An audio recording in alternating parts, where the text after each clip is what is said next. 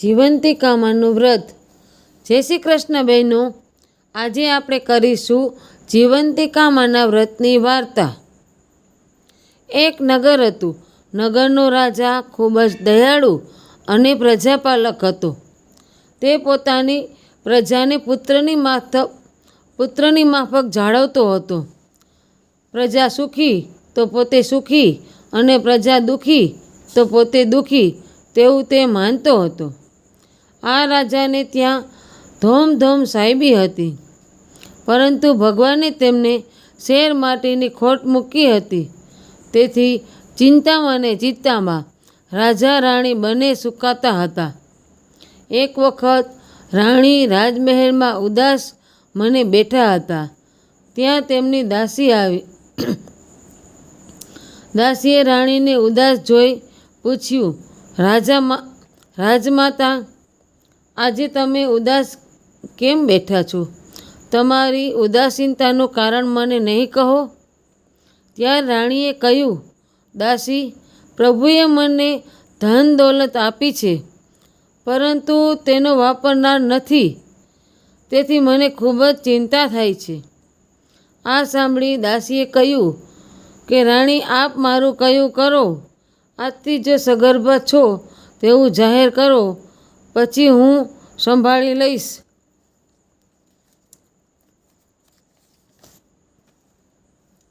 આ દાસી ગામમાં સુયાણીનું કામ કરતી હોવાથી ગામમાં કયા વખતે કોને સુવાવડ આવવાની છે તેની ખબર રહેતી. રાણીને 9 માસ પૂરા થતાં એક બ્રાહ્મણના ઘરે જન્મેલું બાળક લાવી આપ્યું અને રાણીની ગોદમાં સુવડાવી દીધું.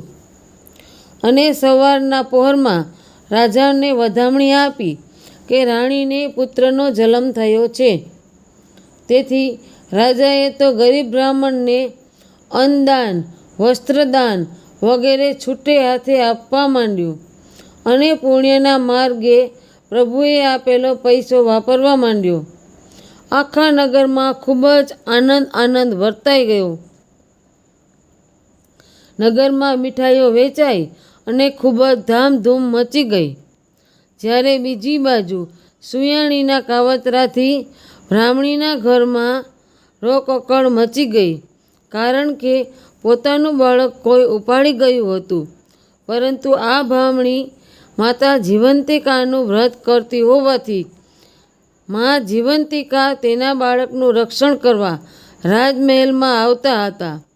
અને બ્રાહ્મણીને પણ વિશ્વાસ હતો કે મારો પુત્ર જ્યાં હશે ત્યાં માતા જીવંતિકા તેનું જરૂર રક્ષણ કરતા હશે. આ બાજુ બ્રાહ્મણનો પુત્ર રાજમહેલમાં રાજકુમાર તરીકે દિવસે દિવસે મોટો થવા લાગ્યો. રાજકુમાર બધી જ વિદ્યામાં ખૂબ જ પ્રવીણ હતો. સમયે રાજાનું અવસાન થતાં તેના પિતાનું રાજ્ય તેને મળ્યું. તે પણ પોતાના પિતાની જેમ પોતાની પ્રજાને પુત્રની માફક સાચવતો હતો. તેણે પોતાના પિતાનું શ્રાદ્ધ કરવા ગયાજી જવાનો વિચાર કર્યો. તેથી તેની માતાની રજા લઈ પિતાનું શ્રાદ્ધ કરવા ગયાજી ચાલી નીકળ્યો. તે ચાલતો જ્યાં રાત પડતી ત્યાં વિસામો લેતો. સવારે આગળ ચાલી નીકળતો હતો. એક દિવસ એક ગામમાં રાત પડી. તેણે ગામમાં રહેવાનો વિચાર કર્યો. તે તો ગામમાં જઈ એક શેઠને ત્યાં જઈ શ્રાદ્ધ કર્યો. અરે, ઘરમાં કોઈ છે કે નહીં? ત્યારે મકાન માલિક બહાર આવી, કોણ છે ભાઈ? તું ક્યાંથી આવે છે? કોનું કામ છે તારે? રાજકુમાર બોલ્યો કે હું એક અજાણ્યો મુસાફર છું. રસ્તામાં રાત પડી ગઈ હોવાથી તમારા ગામમાં રાત રહેવાનો વિચાર કર્યો અને તમારા ઘરે આવી શ્રાદ્ધ પાડ્યો. આજની રાત મને રહેવા દો તો તમારી મોટી મહેરબાની માનીશ. હું ઉજ્જૈન નગરીથી આવું છું. સવારે ચાલ્યો જઈશ. શેઠ કહે, ખુશીથી રહે ભાઈ, તારું જ ઘર છે. એમ કહી તેનો સત્કાર કર્યો અને તેને જમવા રસોઈ બનાવી જમાડ્યો અને બહાર ઓટલા ઉપર પથારી કરી આપી. આથી રાજકુમાર થાક્યો પાક્યો હતો, તેથી ઘસઘસાટ ઊંઘી ગયો. આ બાજુ વાણિયાની વહુને સુવાવડ આવી હોવાથી તેના દીકરાની છઠ્ઠી હતી. અગાઉ વાણિયાના કુખે જન્મેલ દરેક બાળક 7મા દિવસના સવારે મરણ પામતા, તેથી તેઓ ચિંતિત અવસ્થામાં સૂતા હતા. એમ કરતાં તેઓ પણ ઊંઘી ગયા. મધ્યરાત્રિએ વિધાતા વાણિયાના છોકરાના લેખ લખવા આવ્યા. ત્યારે બહાર સૂતે રાજકુમારનું માતા જીવંતિકા ઓશિકે ઊભા રહી રક્ષણ કરતા હતા. તેમણે વિધાતાને રોડીને કહ્યું કે, બહેન, અત્યારે મધ્યરાત્રિએ તારું આગમન કેમ થયું? ત્યારે વિધાતાએ કહ્યું કે, વાણિયાને ત્યાં દીકરો આવ્યો છે, તેની આજે છઠ્ઠી છે, તેના લેખ લખવા આવી છું. ત્યારે માતાજીએ પૂછ્યું કે, બેન, તેના લેખમાં તે શું લખીશ? વિધાતાએ કહ્યું કે, આ છોકરો સવારે મરણ પામશે. ત્યારે જીવંતિકામાએ કહ્યું કે, જ્યાં મારી હાજરી હોય ત્યાં કોઈનું અમંગલ ન થાય, માટે તારે તેનું દીર્ઘ આયુ લખવું પડશે. ત્યારે વિધાતાએ કહ્યું કે, મારે તેના લેખમાં હોય તેવું જ લખવું પડે. મારે માતાજી બોલ્યા, તારી ઈચ્છા કદી પૂરી થશે નહીં, ત્યારે દીર્ઘ આયુ લખવું જ પડશે. વિધાતા માતાએ જીવંતિકામાના કહેવાથી બાળકનું દીર્ઘ આયુ લખ્યું. સવારે વાણિયાના ઘરના ઉઠ્યા ત્યારે પોતાના બાળકને જીવતું જોયું, તેથી તેઓ સૌ ગાંડા ઘેલા થઈ ગયા. આ અગાઉ જન્મેલા દરેક બાળક 7મા દિવસની સવારે મરણ પામતા. તેઓ પોતાના ઘેર આવેલા મુસાફરને સારા પગલાંનો ગણવા લાગ્યા. આથી તેઓ ખૂબ જ આદર સત્કાર કર્યો અને રાજકુમારે જવાની રજા માગી ત્યારે તેને રહેવા માટે ખૂબ જ આગ્રહ કર્યો. ત્યારે રાજકુમારે કહ્યું કે, હું મારા પિતાનું ગયાજી શ્રાદ્ધ કરવા જાઉં છું. હું જ્યારે મારા દેશમાં પાછો જઈશ ત્યારે તમારા ઘરે જરૂર આવીશ. જ્યારે બ્રાહ્મણ પુત્ર એટલે કે રાજકુમાર તેના પિતાનું બ્રાહ્મણની મદદથી શ્રાદ્ધ પિંડદાન આપે છે, ત્યારે તેને પાણીમાં એકને બદલે 2 હાથ દેખાય છે. તેનું રહસ્ય સમજાતું નથી અને પંડિતોને કારણ પૂછ્યું તો ચૂપ રહ્યા. રાજકુમારે ખૂબ જ આગ્રહ કર્યો ત્યારે પંડિતોએ કહ્યું કે, એક હાથ કોઈ દેવીનો હોય તેવું લાગે છે. રાજકુમારે શ્રાદ્ધ કર્યા બાદ લગભગ 1 વર્ષ જેટલો સમય તીર્થયાત્રામાં ગાળ્યો અને પછી ઘેર જવા નીકળ્યો, પરંતુ મનમાં પેલા 2 હાથની શંકા જતી નથી. એક પછી એક ગામ વટાવતો પેલા વાણિયાના ગામમાં આવ્યો અને વાણિયાના ઘેર ગયો. ત્યારે પણ તેની પત્નીને બીજો પુત્ર જન્મ્યો હતો, તેની છઠ્ઠી હતી. વિધાતા આજે લેખ લખવા આવવાના હતા. ખરા સમયે રાજકુમારને આવેલો જોઈ વણિક શેઠ તો ગાંડો ઘેલો થઈ ગયો. તેણે રાજકુમારનો આદર સત્કાર કર્યો. રાજકુમાર રાતે ઘરના ઓટલા ઉપર પથારી કરી સૂતો હતો અને માતા જીવંતિકામાં રાજકુમારનું રક્ષણ કરતા હતા. આજે પણ વિધાતા દેવી છઠ્ઠીના લેખ લખવા આવ્યા. ત્યારે માતાજીએ આડું ત્રિશૂળ કર્યું અને પૂછ્યું, આજે કેમ તમારું આગમન અહીંયા છે? ત્યારે વિધાતા દેવીએ કહ્યું કે, આજે વાણિયાના દીકરાની છઠ્ઠી છે, તેથી લેખ લખવા આવી છું. પણ મોટી બેન, આજે તમને અહીંયા જોઈ મને ખૂબ જ નવાઈ લાગે છે. તમારું અહીંયા હાજર રહેવાનું કારણ મને કહો. જીવંતિકામાએ કહ્યું કે, હે બહેન, આ રાજકુમાર સૂતો છે. તેની માતા મારું વ્રત કરે છે અને જે સ્ત્રી શ્રદ્ધાપૂર્વક વ્રત કરે છે તેના બાળકનું રક્ષણ કરવાની મારી ફરજ છે. આથી મારી હાજરી અહીંયા છે. હે બહેન, તું મને કહે કે છોકરાના લેખમાં તું શું લખવાની છે? ત્યારે વિધાતા દેવીએ કહ્યું, તેના લેખમાં આવે છે કે સવારે બાળકનું મૃત્યુ પામશે. જ્યાં મારી હાજરી હોય ત્યાં અશુભ કંઈ ન થાય, એટલે તારે દીર્ઘ આયુ લખવું જ પડશે. આ વાતચીત સૂતેલો રાજકુમાર જાગી જઈ સાંભળતો હતો. વિધાતા દેવીએ કહ્યું કે બહેન, તમારા વ્રતનો પ્રભાવ તો જોયો, પણ તે વ્રતની વિધિ કહો. ત્યારે માતાજી બોલ્યા, સૌભાગ્યવતી સ્ત્રી શ્રાવણ માસના પહેલા શુક્રવારે સવારે અડચણ હોય તો બીજા શુક્રવારે સવારે નાહી ધોઈને પીળા વસ્ત્રો કે ઘરેણાં પહેરે નહીં, ચોખાના ઓસામણને ઓળંગે નહીં, 5 દિવેટનો દીવો કરી મારું પૂજન કરે અને આખો દિવસ ઉપવાસ કરે, અથવા તો એકટાણું કરે. તેના બાળકનું હું સદા રક્ષણ કરું છું. પણ તું વાણિયાના છોકરાનું દીર્ઘ આયુષ્ય લખવાનું ભૂલતી નહીં. વિધાતા દેવીએ વાણિયાના બાળકનું દીર્ઘ આયુ લખ્યું. બીજે દિવસે વાણિયાના ઘરના જાગ્યા ત્યારે બાળક માની સોળમાં શાંતિથી નિંદ્રા લઈ રહ્યો હતો.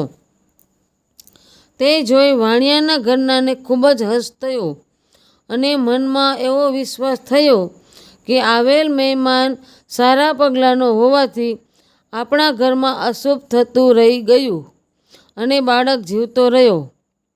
સવારે રાજકુમારે જ્યારે પોતાના ઘરે જવાની રજા માંગી ત્યારે વાણિયાએ રોકાઈ જવા ખૂબ જ આગ્રહ કર્યો, પણ વણિકની રજા લઈ પોતાના નગરમાં જવા રવાના થયો અને સાંજે પોતાને મહેલે આવ્યો.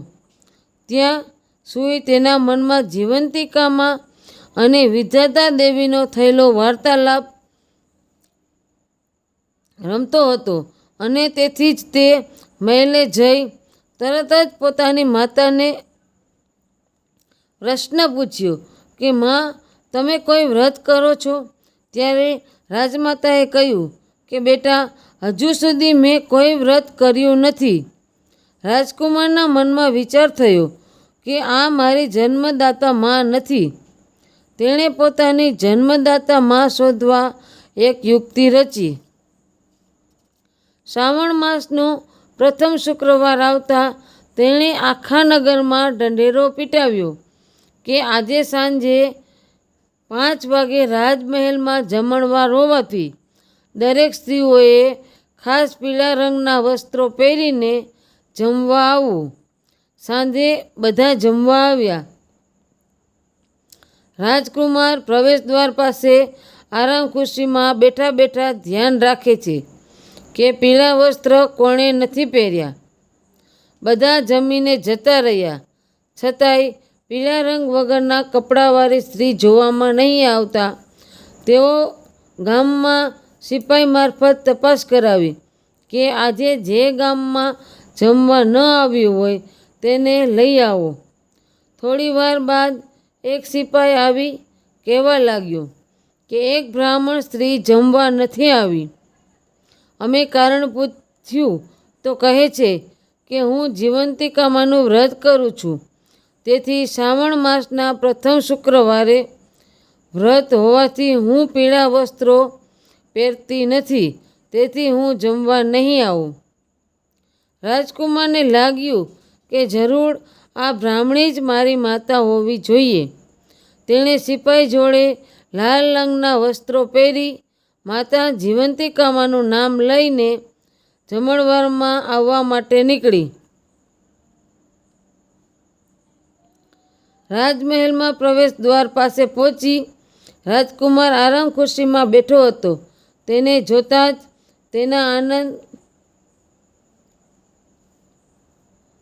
તેના થાનમાંથી દૂધની સેર છૂટી અને રાજકુમાર મોઢામાં જઈને પડી. તરત જ રાજકુમાર માં કહીને તેને ગળે વળગી ગયો. પછી તે પોતાની માતાને મહેલમાં લઈ ગયો અને કહ્યું કે માં, તું મારી જન્મદાતા માં છે. આજથી તારે મારા મહેલે રહેવાનું. આમ કહી પોતે ગયાજી ગયો હતો અને જીવંતિકામાં અને વિધાતા દેવી વચ્ચે થયેલી વાત કરી સાંભળાવી. બ્રાહ્મણીને હવે ખ્યાલ આવી ગયો કે દાયણે કપટ કરી પોતાની ગોદમાંથી બાળકને ઉઠાવી રાણીની ગોદમાં સુવડાવી દીધો હશે અને દાયણે રાણીને પુત્ર ન હોવાથી ધનની લાલચે આ કામ કર્યું હશે તેવું તેના મનમાં થયું. જે થયું તે સારા માટે, કારણ કે આજે તેનો પુત્ર ઘરે હોત તો મોટો રાજા ન બની શક્યો હોત અને માતા જીવંતિકાને પ્રતાપે તેનો પુત્ર મોટો રાજા બન્યો. આમ માતા પુત્રનું મિલન પણ થયું. આ વાત રાણીને પૂછતા આ વાત સાચી છે તે કહી બતાવ્યું. જીવંતિકા માતાએ આવો પ્રભાવ નજરે નિહાળીને ગામની દરેક સ્ત્રીઓ જીવંતિકામાંનું વ્રત કરવા તૈયાર થઈ અને રાજકુમારની માતા બ્રાહ્મણીને કહેવા લાગી કે હે બહેન, અમારે પણ આ જીવંતિકામાંનું વ્રત કરવું છે, તો તેની વિધિ કહો. બ્રાહ્મણીએ કહ્યું કે હે બહેન, તમે ઘણી જ ખુશીથી વ્રત